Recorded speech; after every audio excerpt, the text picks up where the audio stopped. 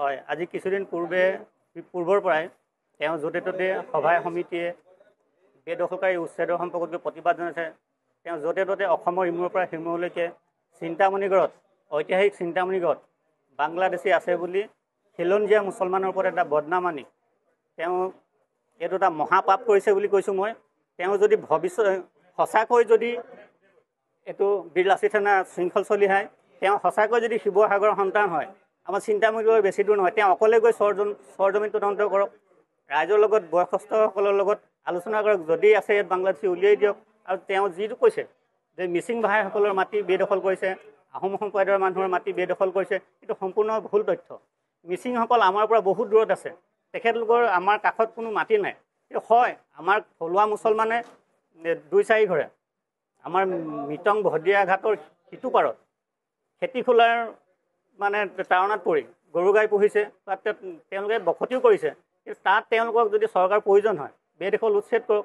আৰু আমাক থলুৱা যেতিয়া মুছলমান যিখিনি আমাৰ খিলঞ্জীয়া মুছলমান হয় তেওঁলোক সংস্থাপন দিয়ক, আমাৰ তাত কোনো আপত্তি নাই। তেওঁলোকে বাংলাদেশী সজায় আমাক যিটো আমাৰ আৰু যিটো হিন্দু মুছলমানে এটা কথা কৈ তেওঁ প্ৰতিটো সম্প্ৰদায়ৰ মাজত এটা ভাৱ সোমোৱাই যিটো আমাৰ শান্তি সম্প্ৰীতি এনাজৰি নষ্ট কৰিব বিচাৰে, তেওঁক আমি অনুৰোধ জনাইছোঁ তেওঁ যাতে এইটো কাম ভৱিষ্যতে নকৰে।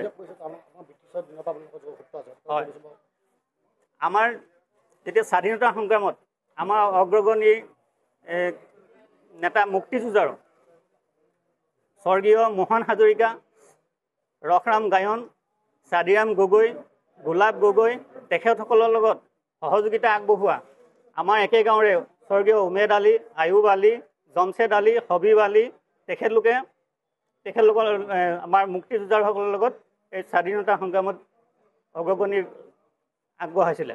গতিকে আমি তেখেতলোকৰে নাতিপুতি হয় আৰু আমি সেইখন গাঁৱতে আমি যুগ যুগান্তৰ পৰা বসবাস কৰি আছোঁ। তাত কোনো সন্দেহজনক নাগৰিক নাই, যদিও আছে আমি যদি কেনেকৈ গম পাওঁ আমি তেখেতলোকক আমি আমাৰ গাঁৱৰ পৰা বহিষ্কাৰ কৰিম। আপুনি যে ক'লে যে 4-5 ঘৰ মানুহে বেদখল কিবা খেতি পথাৰ কৰা আছে, যদি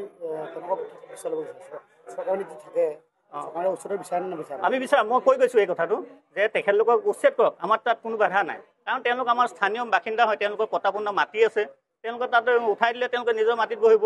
আৰু যদি কোনোবা ভূমিহীন ব্যক্তি আছে আমাৰ থলুৱা মুছলমান, তেওঁলোকক চৰকাৰে সংস্থাপন দিয়ক।